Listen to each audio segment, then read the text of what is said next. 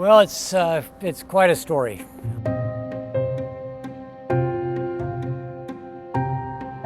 It took about 4.5 years to build it after about 4 years of planning. We're fortunate that the convention center made their own decision to basically build this facility in the downtown. It absolutely had to be downtown. We are wanting to make sure that our clients, when they come here, have the access to all of the opportunities, the retail, restaurants, hotels, and just the experience of downtown Seattle. This site was complicated because it's obviously a very large building in our downtown. Just in a downtown urban environment, it's really about the planning and the communication and making sure that our trade partners, our design partners really understand the phasing and the logistics of work so that we can do the coordination and make sure that people are as efficient and effective as possible. Building it vertically, building it urban, building under the streets, moving streets, then putting the streets back was all part of the good challenge from Element Architects. We love good challenges. There's been no convention center in North America, maybe nowhere in the world, that's been built vertically the way this one has been done. They're basically a high-rise convention center. We have 6 stories of public event space. It means a relatively compact footprint, allowing us to put it right in the heart of the city. Because of the vertical nature, it requires special arrangements for structural capacity and the way the building needs to stack. From a structural engineering standpoint, that's what we thrive on, is looking to do what we haven't done before, and there was many of those situations on this project. It had major thoroughfares, transportation access in and around it, including the bus tunnel that had active buses moving from I-5 to Olive Way and 9th Avenue.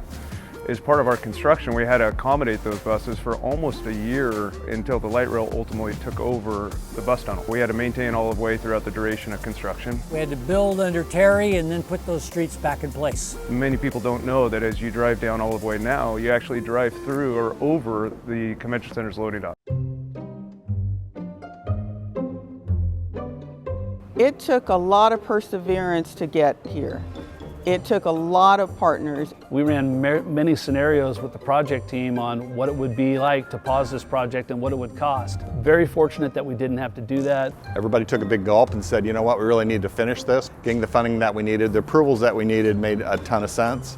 And fortunately for us, we were able to put the finances together. They bought bonds from cities where they believed there was a long-term future. And we sold roughly $350 million of bonds.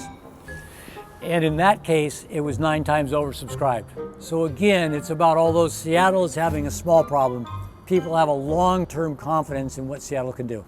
I think any major construction project in your community really needs to rely upon the local talents of the trade partners and vendors. It allowed us to all work in collaboration, not just as some city we go into and do work, but basically something that is helping to build the city where we live in.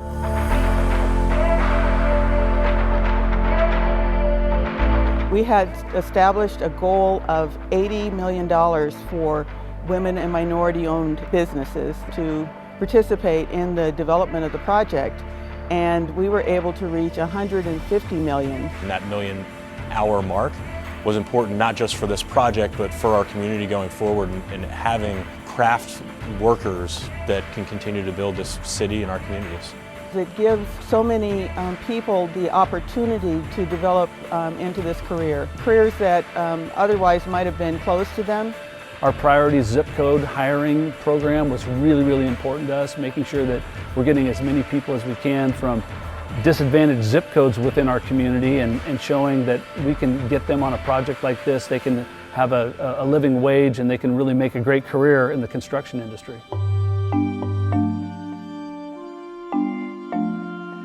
We're very pleased to look for things that would improve the neighborhood and improve the downtown. An important part of building the kind of city that we all want and the kind of city the convention center wants for its customers and for itself. Public housing and transportation and parks and bike lanes, but it also is a center for community. It's a point of pride for us. This art program has really been able to, I think, from a local standpoint too, put that pride back in, like we talked about before, back in the community where local artists have the opportunity to be able to participate.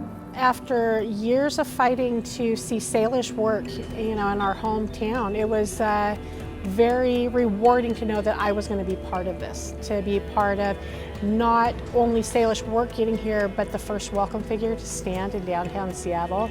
Each of the welcome figures tell their own story. The creator, she is an older mom who is pregnant, who has her baby on her back, who is also a working mom, and is telling the story of the past, present, and future. And then Mowich Man, he is representing the great hunter, the leader. He is representing a place to gather, a place to tell a story and be heard. It was fun, it was challenging. You put 5 Native women in a room together. We all are opinionated. It was a memory in the making that will last till the end of time. It's something that has never been done to my knowledge, and it's powerful. We are trying to basically establish for anyone who comes to visit the Seattle area the history of our Native cultures. It is a magical facility in that it is beautiful and it is functional, and it really reflects the culture of the Pacific Northwest.